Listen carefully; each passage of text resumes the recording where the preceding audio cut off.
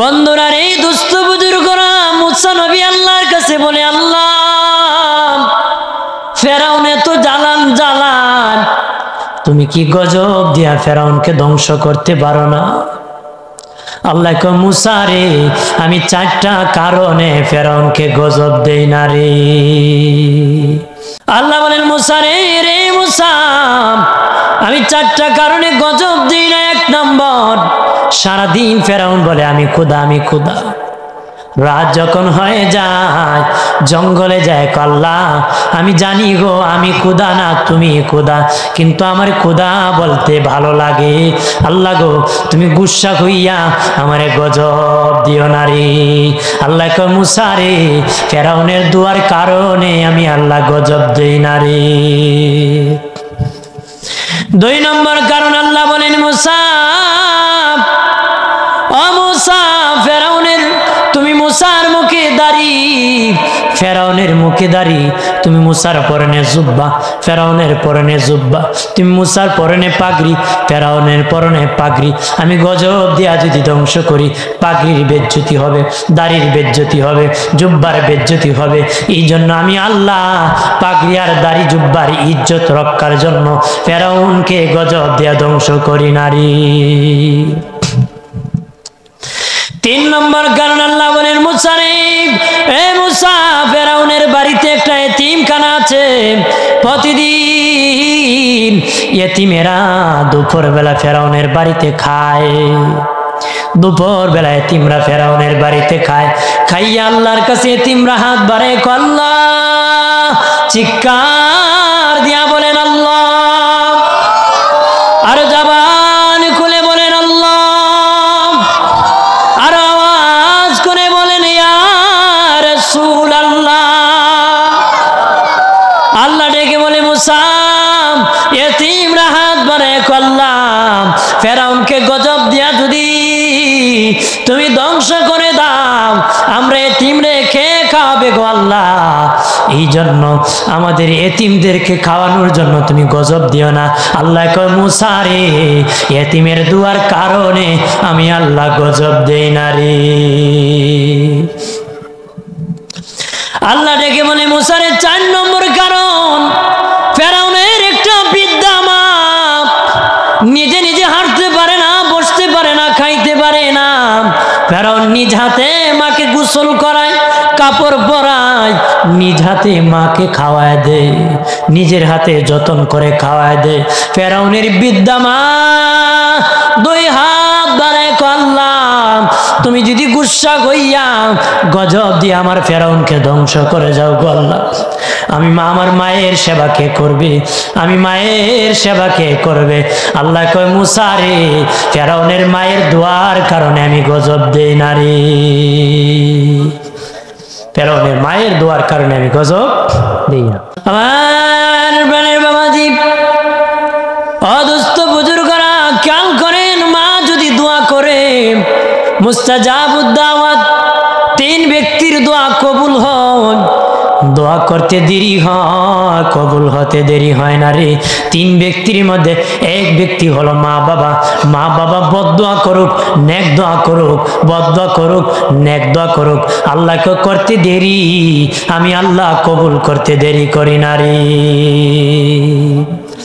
বাবাজি বাইজিদ বুস্তামি রহমতুল্লাহ আলাইহির নাম সকলে শুনেছেন, আজও বাইজিদের নাম মানুষ ভুলে নাই। পিছনে হলো মায়ের দোয়া, মা দোয়া করেছে, আজও বাইজিদ বুস্তামির নাম মানুষ স্মরণ করে। পিছনে হলো দোয়া, পিছনে কি? মায়ের দোয়া। মা দোয়া করেছে, বাইজিদ বুস্তামি আল্লাহর বড় ওলি হয়ে গেছে। আর জোরে কর বাবাজি, আরে মায়ের খেদমত করিও। যারা বিয়ে করেছো, বিবির দুঃখায় পরে মায়ের সাথে খারাপ আচরণ করিও না, আর বিবিরও পিটাইও না। পিটানোর কথা বলবো না, বিবিকে বিবির বুঝ দিবা, মাকে মায়ের বুঝ দিবা। তুমি পুরুষ, তোমাকে কর্তৃত্ব নেতৃত্ব দিয়েছে, তুমি নেতৃত্ব সঠিকভাবে পালন করবা। তুমি নেতৃত্ব 2 জনের দিবা, একজনকে ক্রস ফায়ার করে মারার কথা বলে নাই। নেতৃত্ব সেটাই সঠিকভাবে 2 জনকে বুঝায় দেওয়া। তুমি তোমার মা, বিবি, বাবা সকলকে সঠিকভাবে বুঝ দিয়া রাখবা, তাহলে সংসারের মধ্যে কোনো ঝামেলা হবে না রে। ওই বুকের না আমরা দেশের শাশুড়ি তো নিজের মেয়ে 14 জাত আচার খেলে বাধা নাই, ছেলের বুঝি 2 জাত ওইটা তো অত্তা খাইতো খাই লিব আমার ফুলারও খাইব, কথা হয় না। নিজের মেয়ে দুনিয়ার সব খেলে বাধা নাই গো মা, ও এলাকার শাশুড়ি মারাম। আর ছেলের বউ যদি একটু বেশি খায় শুইতে পারো না, আলকাতরা সোনো পাউডার একটু বেশি লাগাইলে তো শুইতে পারো না। কেমনে খাওয়াইবে? নিজের মেয়েকে যেমনি ভালোবাসো ছেলের বউকে তেমনি ভালোবাসো, কোনো দিন ছেলের বউ তোমাকে ফেলে দিবে না রে। তুমি আর দেখে তাকাইবা। এই জন্য বউ যারা আছো ছেলের বউ আপনারও চালাক হন, চালাকি কৌশল করলো অনেক সময় সংসারে ঝামেলা হয় না। এক জায়গায় আসিল শাশুড়ি কো বউ বেশি খায়, বউ কো শাশুড়ি বেশি খায়, কি হয়েছে? একজন আরেকজনে কি কয়, অনেক শাসন বউ ফায়ারফুল, তুমিও তো খাও, লাগছে না? ঝগড়া লাগিয়ে 3 দিন পর্যন্ত পাক শাক বন্ধ, পাক শাক কি বন্ধ হয়ে গেছে। 3 দিন পরে শাশুড়ি কো আর তো খিদায় ভালো লাগে না, নিজে পাক করছে। মা বোনদেরকে বলতেছি চালাকি কিছু করতে হবে, এই চালাকি কেমনে করবা বলি। 3 দিন পরে তরকারি ভাত পাকাইয়া মহিলা প্লেটে, শাশুড়ি প্লেটে তরকারি ভাত নিছে, নে পাকের ঘরে যদি খাই বউ আয়া দেখে 3 দিন ধরে ওরে খাওয়াইছি না, কোন শর্মে খাই, কিছু তো হায়া শরম আছে। কই যাইমু ভাত নিয়ে, বাড়ির পেশে পাট খেত আছে, পাট খেতে যাইমু। মহিলা পাট খেতে গিয়ে খাইতেছে শাশুড়ি, বউ 3 দিন ধরে খায় না, আসিয়া দেখে পাক করা ভাত আর তরকারি প্লেটে লইয়া যে দাঁত জাল শাশুড়ি জীবন শেষ করবো, আমিও জায়গা ভাত খেতে। কই গেছে জোরে ক।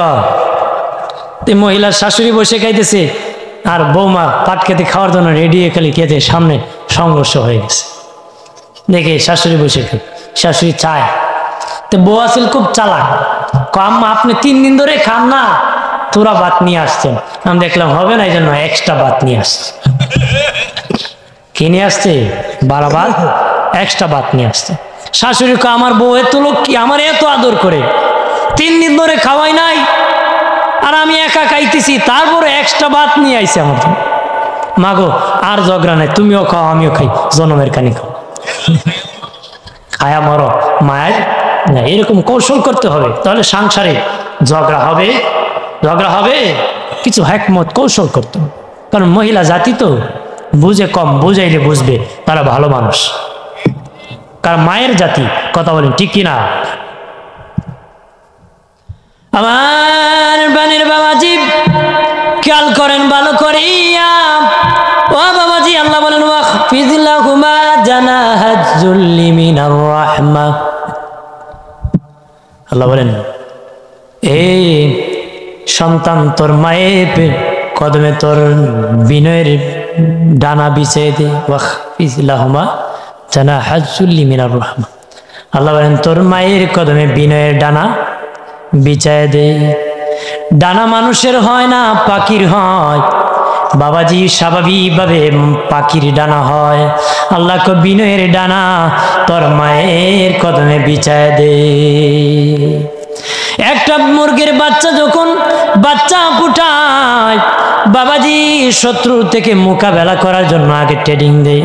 চিলকাক যখন আসে মা তার বিনয়ের ডানা এইভাবে দে, তখন ডানার ভিতর বাচ্চা ঢুকে যায়।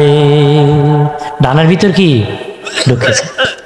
ডানার ভিতর যখন ঢুকে যায় শত্রুর কাছ থেকে বেঁচে যায়। আল্লাহ বলেন হে পৃথিবীর মানুষ, তোকে আমি যৌবনের অহংকারের একটা ডানা দিছি, টাকার একটা অহংকারের ডানা দিছি, বাহাদুরির অহংকারের একটা ডানা দিছি। যত অহংকারের ডানা আছে সব ডানা তোর মায়ের কদমে বিছায় দে। কোনো কিছু মায়ের উপরে বাবার উপরে উঠবে না। এই জন্য আল্লাহ বলেছেন মায়ের কদমে ডানা বিছায় দে। আরো জোরে বলে প্রাণের বাবা দিনারি খেয়াল করেন ভালো করিয়া, মা বাবার অবাধ্য হয় না, মা বাবার খেদমত করো। বনি সালমা গোত্রের একটা যুবক ছেলে আসিয়া বলে ইয়া রাসূলুল্লাহ, ও দিনের নবী, কত মানুষের মা নাই বাবা নাই, মা নাই বাবা নাই, আবার কত মানুষের মা আছে বাবা আছে। মা বলে ডাকে বাবা বলে ডাকে। আমার পরে হুজুর কে আনেন ওনারে, অনেক সময় হয়ে গেছে আমি আলোচনা। বন্ধুরে আমার, ডেকে বলল, কত মানুষ মা বলে ডাকে, বাবা বলে ডাকে, আমার মা নাই বাবা নাই, আমি তো মা বলে ডাকতে পারি না। কত মানুষ খেদমত করে মা বাবা, আমি তো খেদমত করতে পারি না। নবীজি গো, আমার মা নাই বাবা নাই, ইন্তেকালের পরে খেদমতের ব্যবস্থা আসেনি। নবী 5টা খেদমতের কথা বলেছেন। জোরে বলেন কয়টা? জোরে বলেন কয়টা? এতক্ষণ যারা মা বাবা আছে তাদেরকে খেদমতের কথা বলেছি, এখন যাদের নাই তারা খেদমতের ব্যবস্থার কথা বলতেছি। নবী 5টা খেদমতের কথা বলেছে।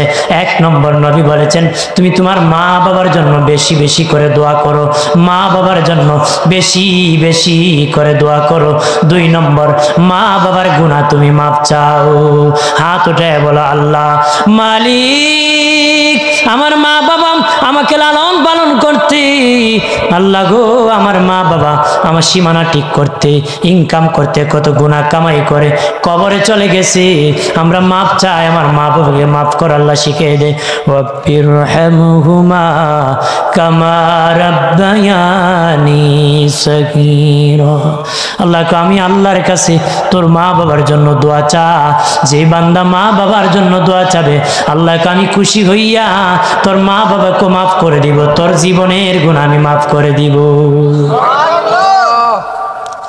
3 নম্বর, মা বাবার খেদমত। যাদের মা বাবা নাই, নবী বলেন 3 নম্বর, মা বাবার কোনো ওসিয়ত থাকলে পূরণ করো, ঋণ থাকলে পরিশোধ করো। তোমার মা বাবা পাশের শাস্ত্রলে চা খাইছে, টাকা পাবে, কার কাছ থেকে ধার নিয়েছে টাকা পাবে, অথবা ওসিয়ত করে গেছে, বাবা আমার ইন্তেকালের পরে এই কাজটা করিও, ধর্মীয় নীতিতে এইরকম ভাবে কোনো ওসিয়ত করে থাকলে নবীজি বলেন, কোনো ওসিয়ত থাকলে, কোনো ঋণ থাকলে পরিশোধ করো। যদি করতে পারো মা বাবার সেবার সব পাবারি। 4 নম্বর, মা বাবার সেবার কথা নবী বলেছেন। নবী বলেন, তোমার রেখে যাওয়া আত্মীয়, বোনের বাড়ি, ফুফির বাড়ি, খালার বাড়ি, এরকম রেখে যাওয়া আত্মীয়র সাথে ভালো সম্পর্ক রাখো। এরকম কি রেখে যাওয়া আত্মীয়র সাথে ভালো সম্পর্ক রাখো। বোনের বাড়ি, ফুফির বাড়ি, খালার বাড়ি, মা বাবার রেখে যাওয়া আত্মীয়র সাথে ভালো সম্পর্ক রাখো। যদি রাখতে পারো রে, মা বাবার খেদমতে সব পাবা। 5 নম্বর, নবীজি বলেন, তোমার মা বাবার বন্ধু বান্ধবের সাথে ভালো আচরণ করো। তোমার বাবার সাথে একজন লোক চলতো, তার সাথে ভালো আচরণ করো।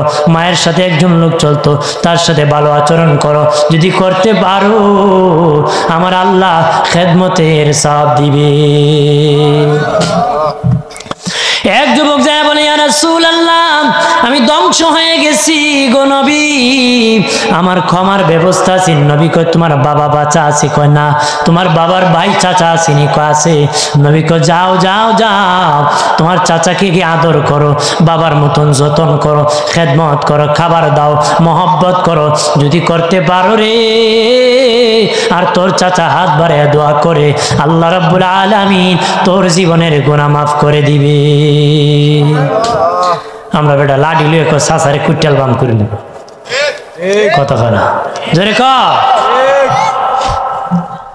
আরেক ব্যক্তি আসিয়া বলে, ধ্বংস হয়ে গেছি। নবী বললেন, তোমার মা আসেনি? ইয়া রাসূলুল্লাহ, মা নাই। নবী বলেন, তোমার মায়ের বোন খালা আসেনি? ইয়া রাসূলুল্লাহ, আমার খালা আছে।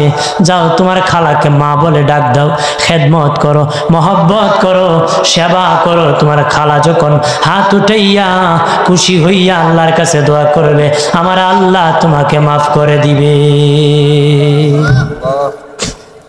হাজিরিন, কত লং সময় বলতে হয়, স্টাডি লং যাত্রা হলে করতে কষ্ট হয়, কারণ সফর তো আছি, উঠি স্টাডি করার সুযোগ নাই, এখানে বসে আলোচনা করেছি। কারণ যা বলেছি ভালোর জন্য বলেছি, যেন আমরা ভালো হই, মা বাবার খেদমতদার হই। মা বাবার কি হই? খেদমত হই। ভুল ত্রুটিগুলো যেন আল্লাহ মাফ করে। জোরে বলেন আমিন, জোরে বলেন আমিন।